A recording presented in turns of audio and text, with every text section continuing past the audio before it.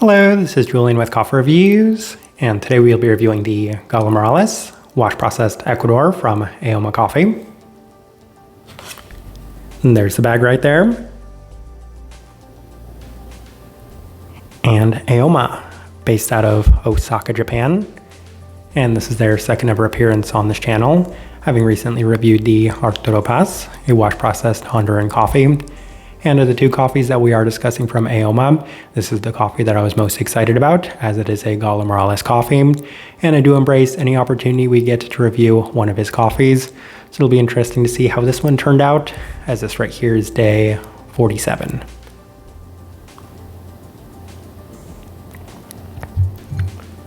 And recipe we went with for this coffee was Aoma's recipe, which is a 16:1 water to coffee ratio, brewed at 92 degrees Celsius, about 197 degrees Fahrenheit. And I also like this one best through the Chemex, which indicates a more medium grind. Roast profile for this coffee, we did mention it in our previous Aoma review that they are in line with the expectations for a lot of other Japanese-based coffee roasters, as they do tend to skew on the slightly more developed side of things. And while that Arturo Paz was perhaps a slight bit more developed than this coffee, I would still say that both of them do skew on the either lighter side of a true medium or on the more developed side of a medium light by most standards and metrics. With all that out of the way, let's go ahead and start discussing this coffee.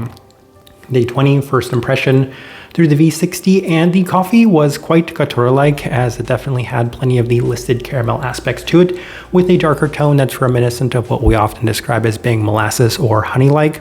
In addition to that, there is a slight bit of red fruit, but outside of that, it's a pretty robust experience all around, so this lent itself towards an okay first impression.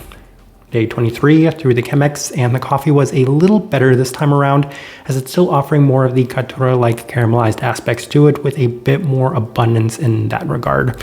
Slightly bold with plenty of the traditionality and some very subtle red berry aspects once again, so it was still continuing to skew on the more traditional side of things, and I was curious to see where this coffee would go from here, as we opted for the April brewer on day 26.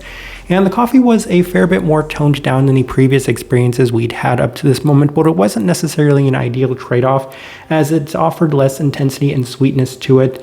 While the coffee did still open up a little bit on the finish in that red berry sense, I wouldn't necessarily say that it was still offering the same level of sweetness or intensity that we were looking for within this coffee, so mixed impressions with that.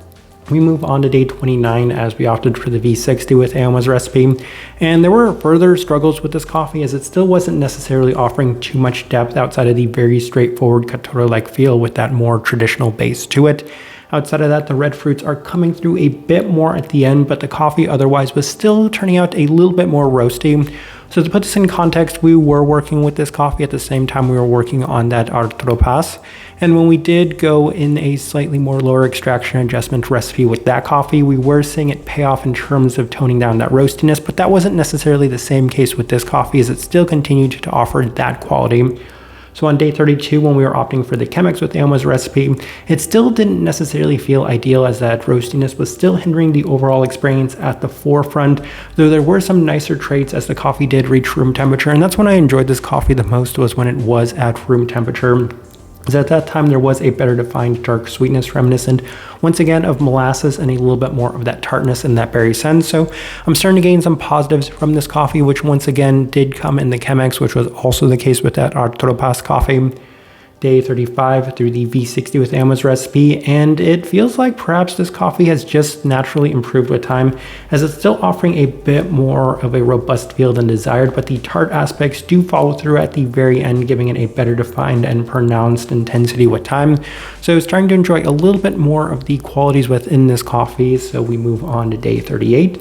Opting for the Chemex with Aoma's recipe, and this was the best the coffee had been to this point, as it's focusing on the bright tart fruit aspects with a slightly more Kenyan-like feel, and that red tint with a slightly floral sense to that as well. So I'm thinking maybe a little bit more of a hibiscus and perhaps rose-like feel, but I think there's a slight herbal quality to kind of skew it a little bit more in that hibiscus-like sense. A little bit of a candied lemon as well, with a darker honeyed feel to it, giving this coffee a slight bit more depth than we'd experienced to this point. Day 41 through the Chemex with Aoma's recipe, and it does continue to remain pretty consistent, though it has improved slightly with time as there's notably less of the roasty qualities this time around. So that's what I was kind of mentioning when it came to the more developed qualities of these coffees. This one just seemed to dissipate a little bit more with time, even though they were both a little bit more robust and roasty than initially expected going into them. It does still heavily impact the experience otherwise, with a more tart red fruit quality and pronounced caramelized sweetness coming a bit more as this coffee did cool down. All right, let's go ahead and put up the tasting wheel so you can see what we're getting.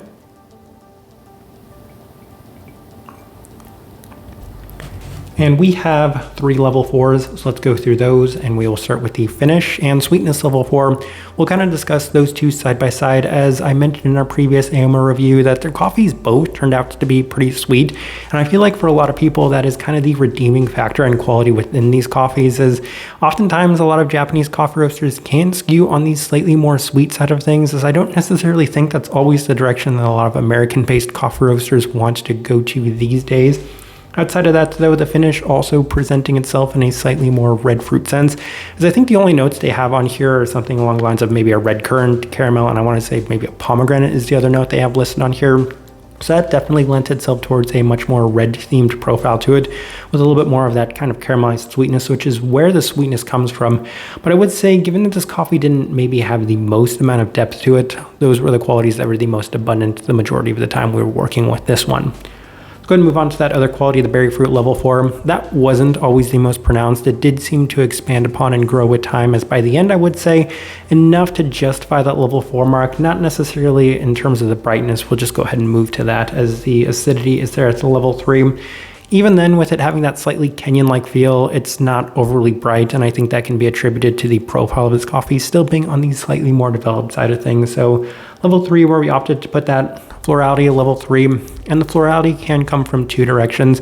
I had mentioned that it does have that red theme to it, so I can see a little bit of a hibiscus-like feel, but in addition to that, there's that floral honey quality that I oftentimes get from caturral coffees, so both of those things are at play with the florality being there at that level 3 mark. Chocolate. Actually, citrus fruit level 3, that's another thing that I experienced with the Arturo Paz coffee, as well as that very slight lemon feel to it, as that was also prominent within this coffee.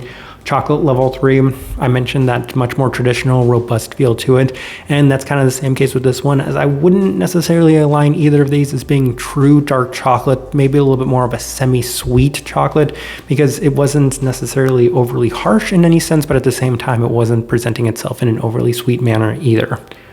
Caramel level 3, that's definitely one of the more prominent and consistent qualities of this coffee, though I would say maybe a little less so than the Arturo Paz, as this did present itself in that direction. I would say maybe a little bit more on the earlier days. Towards the end, I was getting a little bit more of those red fruit qualities to it. Body level 3, plenty of texture. Same thing with this coffee, as I think going into it, I was expecting it to have a little bit more body given the profile of this coffee. And I can say that once again, I feel like if you're working with this coffee in a different brew method, you're probably going to get even higher of a body. Plenty of texture on this coffee. And then the final thing worth discussing, and we'll discuss it alongside of the smokiness, cleanliness level 2, level 3. The smokiness is at a level 2. That went to kind of differentiate just how much of that smokier, more developed quality we were getting between these two coffees, as I would say it wasn't maybe quite as pronounced, at least when we were making the tasting wheel on this coffee. It was going back and forth on each day we were working with these coffees, where some days it was a little bit more prominent in this one, whereas other days it was a bit more prominent in the Arturo Paz. But consistently speaking, I would say that it was less present within this one compared to that. Even then, it was presented enough to hinder the overall cleanliness of this coffee, as it did mar the overall experience to it. So level 3 is where we opted to put it, and I think as I'm looking at this tasting wheel, it is a pretty good representation of what I was getting from this coffee. All right, so my overall thoughts and impressions of this coffee. I've actually heard a fair bit of feedback from other people about this coffee, and they really seemed to enjoy it for what it was. And the main reason I've continuously heard is because of the sweetness that it does offer, and I'll give it that. It's a pretty sweet coffee in general, not necessarily to the same extent as some of the Mejerados that we do review, but even then, for being a standard washed, boring, washed caturra coffee, it did offer plenty of sweetness throughout the entirety. And I think that that does help mitigate some of the less desirable qualities for me. I'm not the biggest biggest fan of red fruit qualities within coffee, and obviously the profile is something a bit outside of my own preferences. So all of those things to say that there are some redeeming qualities to this one, but I think I went into it with maybe a bit more higher of an expectation than this coffee turned out to have for me. Type of person I would suggest this coffee to. Same thing I mentioned with the Arturo Paz. This one does skew much more on the traditional side of things, as it definitely has a little bit of that development. And I think as a result, you get plenty of those more traditional coffee-like qualities to it. That, of course, being a little bit more of that chocolate caramel, not too much brightness, and the fruit intensity isn't too high to the point where it overly dominates the coffee. In addition to that, you are still getting plenty of sweetness to it, and I would say a bit more body in general. So definitely more on the traditional side of things. Kind of the best direction I can point somebody towards on this one, and the best way I can leave this review. If you by chance had an opportunity to try this coffee, I'd love to know your thoughts and impressions of it as well. If you're enjoying the content, give this video a like, subscribe if you're not already subscribed. This right here has been a review of the Galo Morales, wash processed Ecuador from Aoma Coffee. Thank you for watching.